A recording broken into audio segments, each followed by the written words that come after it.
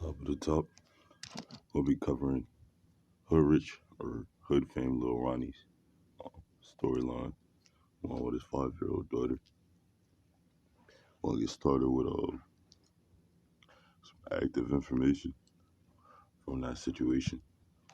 It's a video I saved, but I felt it was insightful in regard to what we're going to be discussing during this audio. Not going to be long. Um, and again, we just discussing situation and sending condolences to the family, everybody involved. So without further ado, we're gonna get started.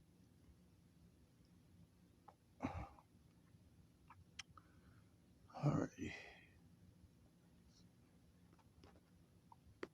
You lame ass niggas. But you have got touched. And your partner, he have got touched in the worst way. On blood game, man. You niggas don't got not one dead op. There's not one killer that ain't folk even can see to know, hey, he dangerous. Not one.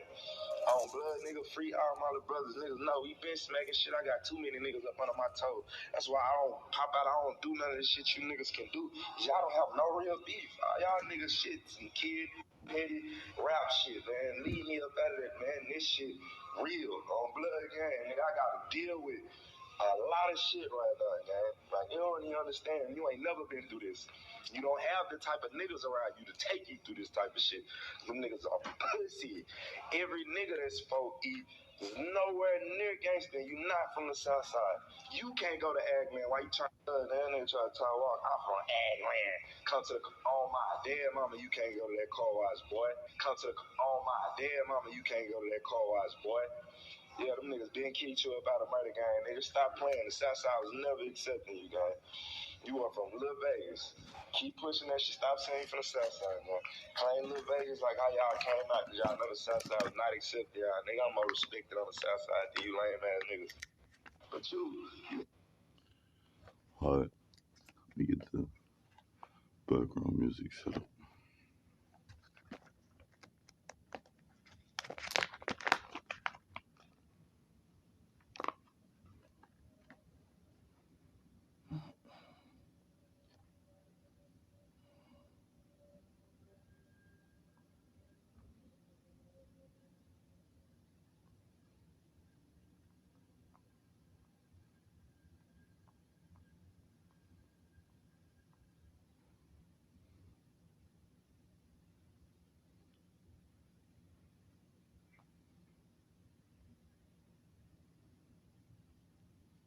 You make your own hot sauce, but you need more space.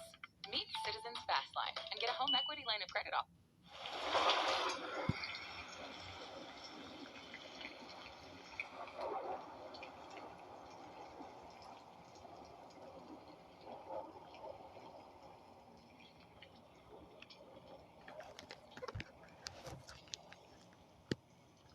So my question is,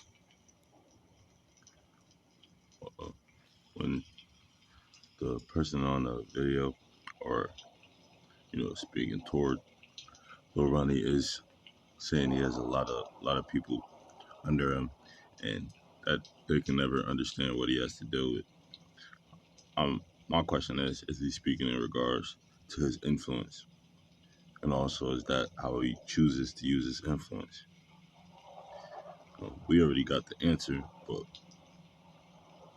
the whole movement of if you don't put yourself in a vulnerable, unsafe, uncomfortable position, you're not honorable or you're not courageous. It's just foolishness because now it's used as bait to get an opportunity to kill the people with value, who wouldn't be around if it wasn't something of value, being expressed or being served. So luring people out by the ego and making them react to their namesake and coming away from the bigger picture. And the movement now these days is you're not tough unless you put yourself in an unfavorable position. And I think after a while, especially like once you've found your calling, found what your niche is in regards to career as well as financially, you should make it your business to be looked at as not honorable or cowardice or weak, because there is no communicating with these individuals who are adamant about us putting ourselves in an unfavorable position in order to prove what we're made of. But the whole time, these people um, aren't prioritizing your preservation in life or for your purpose. So that's for starters. But then two, especially with the rap, I think that was just a real dangerous game to play, because I had a few friends who into music, but I always tell them like rappers, especially now, have the biggest targets on their back, because that's everybody's looking at the rapper as successful. So if you local or whatever your area is, and you got a following, you got some cash flow going with music, and there's people in your environment that got to witness you from the beginning to where you are now, inadvertently, like unconsciously, a lot of times you become the target, and people uh, put their hatred towards you because they associate you with what they don't have or what they'll never get, or because you've been consistent and been persistent in what you've wanted for yourself. But in regard to this situation, um, there's gambling involved, so that could be deemed as plunder. So I think that's significant in regard to the result and the overall vibe of the situation. But just generally, anyway, um, how black men are have been and are currently dealing with each other in regard to things we don't see eye to eye on.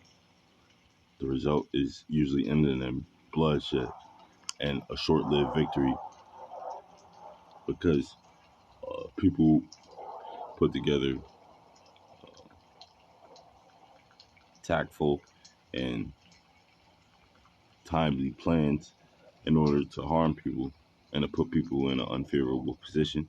And the victory after is short lived, because once your enemy is no longer here, and that's the finality that every situation is boiling over to. The words are never enough. Eventually, it has to get physical, and then after it gets physical, um, there's going to be one person that outlasts the other. So depending on how individuals handle and this individuals handle that quarrel or situation will determine um, the end result. And we got enough, you know, people in the grave, especially from rap music, domestic situations, um, jealousy, envy. But it's an ongoing cycle, it seems. And there was a 5-year old girl who lost her life as well in the process. And whether the killers knew the daughter was present, it wouldn't have mattered anyway, because they would have just closed proximity and got closer to the target. But is that any better? Um, a girl witnessing her father getting killed, and nobody is there to supervise or protect her or console her.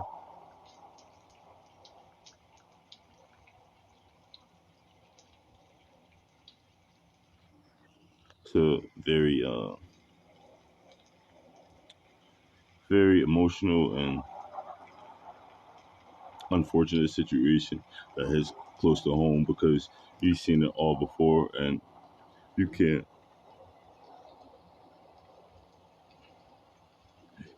undermine it or over embellish what took place because it's going on all around you in a lot of different variations and a lot of different degrees, and also too, um, depending on the person's influence, occupation, environment. A lot of times we may not hear um, majority of these situations. It's just unfortunate that it was somebody with a little more notoriety than the average individual, and he was killed with his daughter. And you could argue that he was killed for his notoriety and the career he built up, but also too that doesn't justify or exclude the killers of the people on the opposing side, strictly because covetousness is internal. So whether it's clicking up or individual small groups, covetousness is internal, and whatever the issue was, it didn't necessarily have to result in death, but they felt that was the only way to express how they felt. So you end up with two individuals deceased at Sloppy's car wash.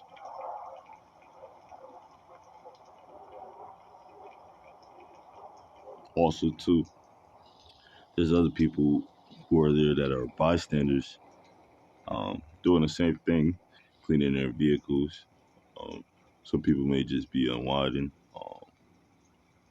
taking it easy, and they got to respond quickly and strategically to gunfire and evacuate the premises, whether it's their situation or not.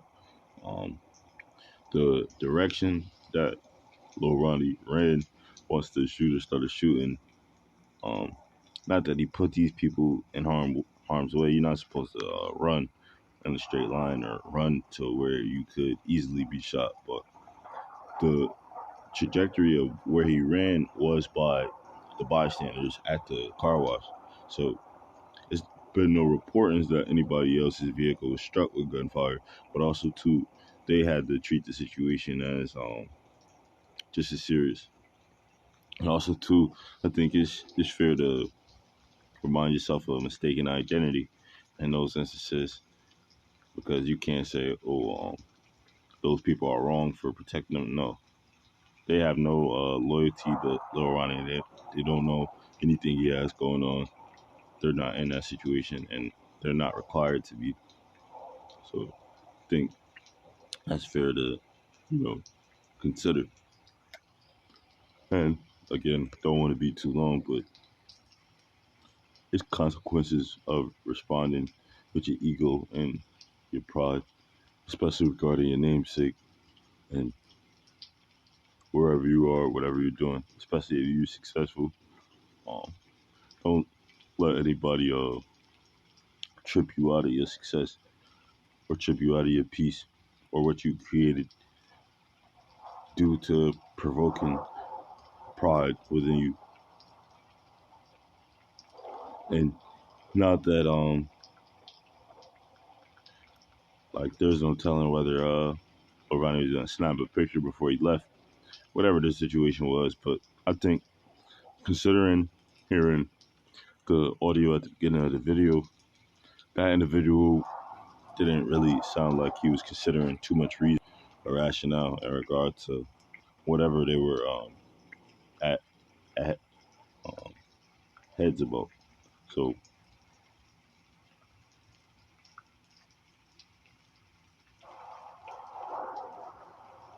you're not cowardice for doing what's best for you, and was gonna put you in a position to be here for many moons and to be successful and to be here efficiently and effective.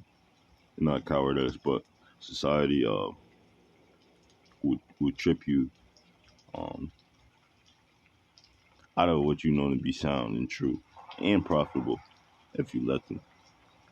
So you say the video is for rappers, entertainers, anybody who's successful, but really for black men especially, because it's very common amongst us.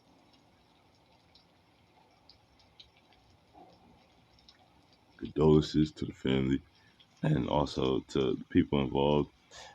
It's sad to say, but it will be caught eventually. And I think what's more concerning or alarming is really everybody involved knows eventually they will be caught, but the urge or the desire to hurt another individual so bad trumped any future consequences they would have to deal with. So, in regards to sympathy or empathy, yeah, you can still consider it, but also understand that there is the power of choice, especially in this situation in regard to harming or intruding on another. And then also, those individuals weren't aware that his daughter was present, but even if they were, it wouldn't have mattered. Sadly, yeah, condolences to the family. For everybody else out there, stay safe, stay prayed up, protect yourself, um, and put yourself in a position to win and to be here for many years to come. You know, as much as that's in your power.